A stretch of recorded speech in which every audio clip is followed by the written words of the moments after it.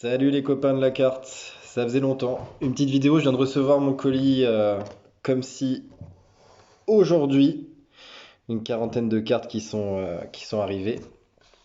Donc principalement du baseball. Je voulais faire une petite vidéo, ça sera court pour vous montrer ça, pour le plaisir, puisque ça fait quand même longtemps. Et les réceptions se font de plus en plus rares. Notre période complètement folle de 3 réceptions par semaine il y a quelques années maintenant, quelques temps, est un peu révolue. Et du coup, c'est un autre plaisir qui s'est mis en place. Alors du coup, parlons peu, parlons bien. Allez, je vais faire court. Il y a un tout petit peu de basket et beaucoup de baseball. Rien de dingue, c'est surtout des inserts et des bases pour terminer les team sets en cours, notamment au niveau des Mets. Et puis quelques goggles et masques également, notamment la centième carte qui est dans le lot. Donc j'ai reçu cette Patewing. Alors c'est des tops 2000, 2007-2008 ou 2008-2009, je sais plus, 2008-2009, ouais. Que je considère comme alors notamment la version Chrome, hein, le set Chrome, comme le plus beau set des années 2000. Euh, voilà, la carte là, c'était simplement un petit plaisir. En fait, elle va me servir à illustrer mon classeur, donc je vais la mettre sur la tranche du classeur, comme je l'ai fait pour les Mets. Euh, les classeurs Ultra Pro Collector, les classeurs noirs classiques. Donc en fait, il y a juste la place pour entrer une carte. Donc ça sera voilà la petite illustration du classeur Nyx. Au niveau des masques, alors j'ai trouvé celle-ci qui est la première carte Warriors que j'ai dans la collection masque lunettes. Donc c'est Brian Cardinal. C'est une Fleer Ultra en Gold Medallion. Et voilà avec son joli masque et son très beau faciès. Très beau maillot des Warriors au passage. Die cut. Donc celle-ci, je suis content de l'avoir trouvée parce que je crois, il me semble, hein, il faudra que je vérifie, mais les Warriors étaient la dernière équipe qui n'était pas représentée dans la collection. Voilà. J'ai réussi aussi à trouver, grâce à Mehdi, Cherokee Parks, alors que j'avais déjà sous maillot des Wolves avec un masque blanc un peu fantôme de l'opéra, et là il est de retour avec sa paire de lunettes. Donc ça c'est sur les collections classiques. Content de l'avoir trouvé celle-ci. Je parle encore un petit peu du nez, j'ai les restes du Covid. Tops Total. Alors ça c'est une collection qui est vraiment pas esthétique, hein, on va pas se le cacher. Ça fait très jeu vidéo en bas la présentation, le logo de l'équipe. Sous maillot des Cavs. Donc ça c'est Ilgauskas. Alors pareil, la photographie est assez flippante, hein. On a du tueur en série quand même dans le faciès. Mais pareil, ça c'est des cartes, je tombe au hasard dessus. Quand je fouille un peu les joueurs qui ont porté lunettes et masques, je commence à regarder un peu pour les joueurs et bam, il s'avère qu'il y en a une toujours qui pop, enfin souvent. On enchaîne derrière avec une équipe bon, qui est clairement la plus représentée hein, dans la PC, les Pistons, alors avec ce super maillot. J'ai aussi une Rip Hamilton qui est avec ce maillot. Donc là, Upper Deck, Carlos Arroyo pour les Pistons. Donc l'équipe de bagarreurs qui soit l'équipe la plus représentée au niveau des lunettes et des masques de protection, ça ne m'étonne pas. Même le maillot des Kings est chouette derrière. Donc voilà, avec son masque. Alors on voit pas vraiment bien le masque, par contre on voit bien les gros scratchs sur le côté. C'est souvent comme ça d'ailleurs que j'arrive à les repérer quand les photos sont pas d'une excellente qualité. Donc voilà, de Upper Deck 2005-2006, un petit tour en WNBA avec les Chicago Sky et Diamond the Shields. Voilà, avec ses belles lunettes. Alors il existe la version auto du coup en WNBA qu'il faudra que je me procure pour remplacer celle-ci. Ça c'est une parallèle non numérotée Ruby Wave. Donc, c'est plutôt cool aussi d'avoir des WNBA dans la collection. Alors ça c'est un hasard du coup parce que ça a défrayé la chronique. Britney Greener. Donc du coup là en Tops USA sans licence. Il existe une version mémo et une version signée. Alors les seules cartes signées que j'ai trouvées de Greener sur cette collection avec les lunettes, parce que c'est la seule carte que j'ai trouvée avec lunettes. du fait divers qu'il y a eu, hein, de sa mésaventure en Russie. On a des cartes, je crois que l'auto était à 350 $, donc c'est complètement fou. Je suis certain que le prix était pas celui-ci avant qu'elle se fasse arrêter. Donc voilà, bon, bah, ça rajoute un petit peu d'histoire dans la collection, une histoire dont on serait bien passé quand même. Mais voilà, ça fait d'elle une joueuse à lunettes. Et la dernière, donc là on a passé les 100, hein. Je crois que je suis à 103 avec cette réception. 103 cartes pour la collection. Et la dernière, celle-ci, elle me plaît beaucoup. Alors je sais pas pourquoi Kobe, j'ai pas pensé à regarder dans ce set de 2012-2013 les Kobe Anthology. Parce que c'est vrai que là pour le coup il y a 200 cartes dans le set. De base, c'était l'occasion vraiment de vérifier si on n'avait pas une avec un masque. Et puis au final, je me dis, bah c'est bien de l'avoir trouvé que maintenant. Elle tombe à pic. Donc il y a bien une Kobe masquée dans la collection, sachant qu'au niveau de l'autographe, bon bah on oubliera puisqu'il y a une version Panini Eminence numérotée sur pas grand-chose, sur 5 je crois avec le Black Mask, qui est assez dingue. Mais malheureusement je ne suis que professeur des écoles. Voilà. Je ne peux pas me procurer ces cartes autographiées de qualité. Donc c'est la numéro 193, la Kobe Anthology avec le masque. C'est pas le Black Mask, je me mets toujours en quête ou alors l'espoir que ça pop un jour, mais pour l'instant, non.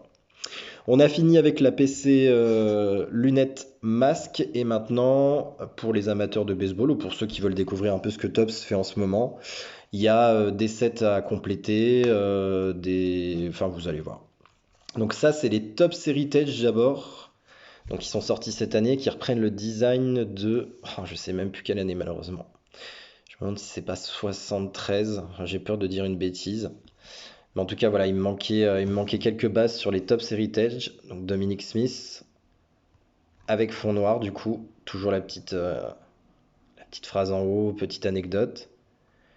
Alors les collectionneurs américains n'étaient pas vraiment fanats de ce set parce on a un verso noir et pour le grading, alors ça, on voit toutes les imperfections de la carte, plein de bouts blancs partout et c'est vrai que c'est pas top, ça ressort pas terrible quoi.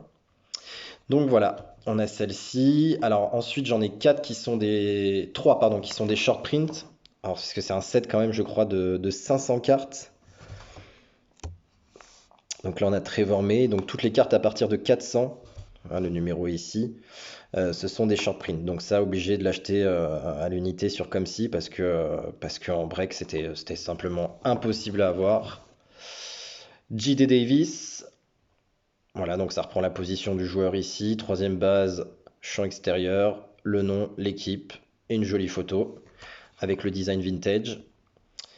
Et José Perazza. Voilà, seconde base et shortstop. Voltigeur, comme disent nos amis canadiens. Et donc dans ces Top Heritage, j'ai aussi des inserts qui sont assez sympas. Alors il y a ces flashbacks qui reprennent donc pour l'année. Ouais, donc c'était bien ça, 73, hein. Donc il fait hommage au Tops 73, qui reprend le design des Tops 73. Donc là, avec Willie Mays qui a marqué son 660e home run en carrière. Voilà, légende absolue du baseball. Et puis Tom Seaver, pareil, le lanceur vedette Hall of Famer des Mets. Et derrière, deux super inserts pour les amateurs de bande dessinée. Ce sont les Topps Heritage Baseball Comic Trading Cards. Donc là, c'est celle de Pete Alonso, donc le première base des Mets, avec voilà un petit comic book sur la carte. Elles sont vraiment esthétiques, elles sont cool. Et donc il y a la même pour Willie Mays. Alors là, je suis en train de faire ce qu'ils appellent les Top Heritage High Number. En fait, c'est les séries 2. Et il y en a deux autres. Je crois qu'il y a Mike Piazza et Tom Seaver. Donc il faut. Mais elles sont pas évidentes à choper. J'en ai pas vu beaucoup passer. Pourtant, elles se vendent pas cher du tout. Mais pas évidentes à avoir. Ensuite, derrière, deux cartes qui concernent le futur de la franchise, le futur des Mets. Francisco Alvarez, qui est un des prospects les plus en vue, un des jeunes joueurs les plus en vue. Donc il a joué son premier match en MLB à la fin de la saison dernière, juste avant les playoffs. Voilà, donc là, c'est un prospect qui était en Ligue mineure depuis quelques années. Je crois qu'il a que 19 ans ou 21 ans, je sais plus. Mais du coup, c'est le futur de la franchise et c'est des inserts Bowman Chrome. Donc ça, c'est le report en fait. À chaque fois, Bowman Chrome, chaque année, ils font le top 100 des prospects en vue. Donc là, il était mis 65e. Aujourd'hui, il est bien plus haut. Et puis, on a cette carte, pareil, avec cet effet un peu bande dessinée. It came to the league, Francisco Alvarez, et qui joue un peu avec la créature du marais. Elle est sublime, avec cet effet un peu. Il y a un foil un peu réfractor. Et elle est vraiment, vraiment, vraiment canon. Ça, c'était le coup de cœur.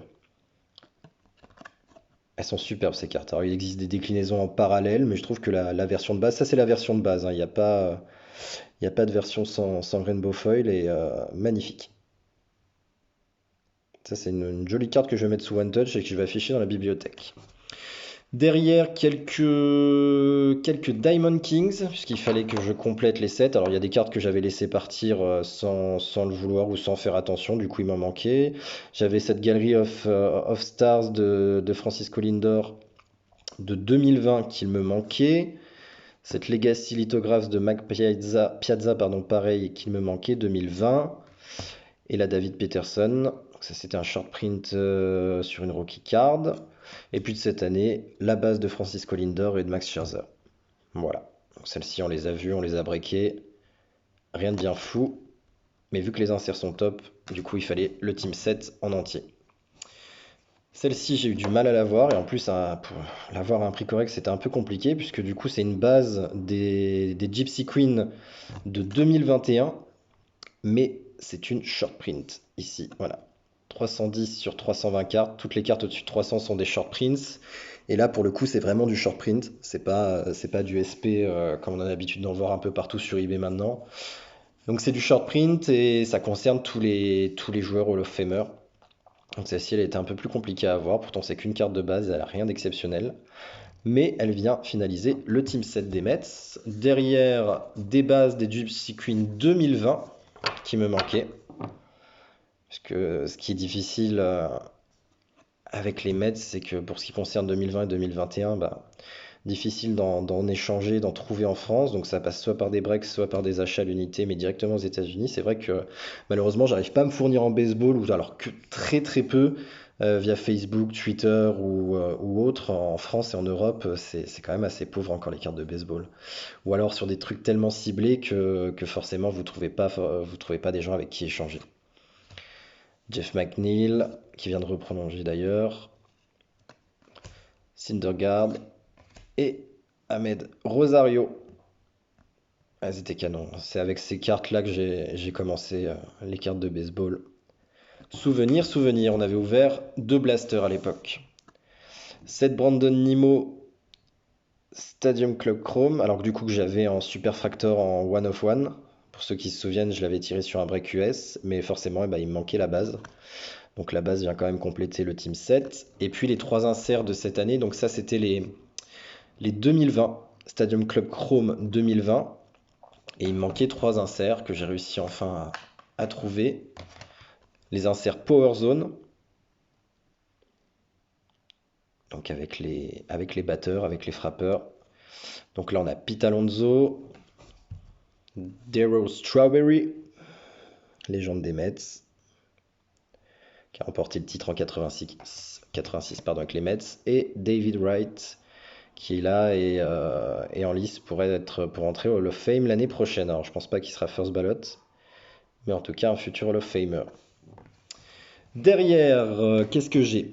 Derrière, j'ai une Allen Enginter de cette année 2022. Alors, elles sont quand même beaucoup moins sexy que les deux années précédentes. Je sais pas pourquoi ce logo prend autant de place, cette coupe sur le côté, elles sont quand même un peu moins canon, mais il y a toujours ce côté carte rétro, bien cartonné, pose, portrait.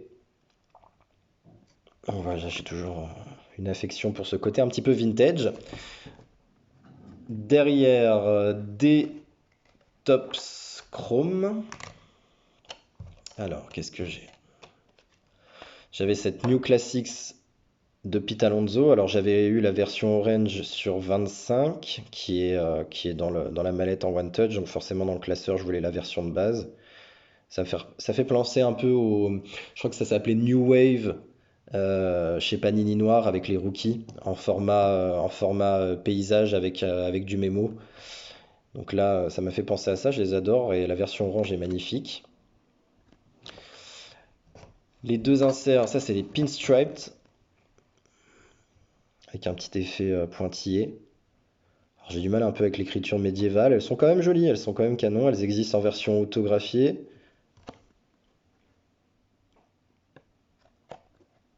Donc Pete Alonso et le très regretté Jacob deGrom qui est parti faire un tour du côté du Texas.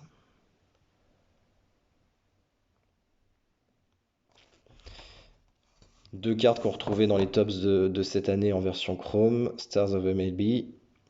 C'est simple, c'est beau, c'est efficace. Avec Jacob deGrom aussi. Et pour terminer, ce que j'affectionne le plus, donc chaque année dans les tops série 1 et 2, ils refont un hommage au design à l'ancienne. Donc ça c'est le design de 1987, des tops 87, hein, qui existent aussi en basket. On les retrouve dans les tops archives.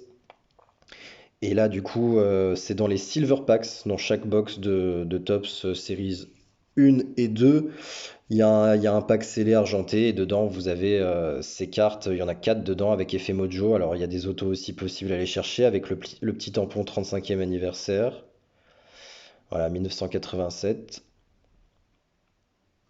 Elles sont vraiment jolies, hein. C'est vraiment à l'ancienne. Donc là c'est du chrome, hein, pour le coup. On est sur des cartes chrome. Et le petit effet mojo, j'adore dessus. Ça marche trop bien. Donc en fait, pour chaque année, alors l'année dernière, j'ai fait une page de classeur avec la version de 86. Là, il y a une page de classeur avec la version 87. J'arrive à en avoir 9 à chaque fois. Alors, l'année dernière, il y en avait un peu plus, mais j'en ai pris que 9 pour une page de classeur. Et là, il y en avait tout pile 9 cette année. Donc David Wright, Mike Piazza, Francisco Lindor. Elles sont superbes. J'aime bien cet effet mojo. C'est vraiment joli. Le rookie pitcher Tyler McGill. Oh, il a une signature affreuse ce joueur aussi. Un peu à la Sadiq Bey. Pete Alonso. Alors du coup on a en Series 1 et Series 2. Le joli logo. Et c'était chouette ce design 1987. Max Scherzer, futur Hall of Famer. Et pour terminer, un joueur qui aujourd'hui est chez les Detroit Tigers, qui a fait un passage aussi court que honteux chez les Mets, Javier Baez, shortstop. Joueur de cricket plutôt que joueur de baseball. Voilà, c'était la petite réception comme si. Elle fait plaisir. C'était cool de vous montrer ça. Et puis du coup, bah, je vous dis à bientôt pour une autre vidéo à réception de la mailbox où là il y aura notamment du Topps Cosmic Chrome qui est vraiment le coup de cœur de ce qui est sorti chez Topps en baseball cette année. Je vous embrasse, prenez soin de vous, à la prochaine, bye.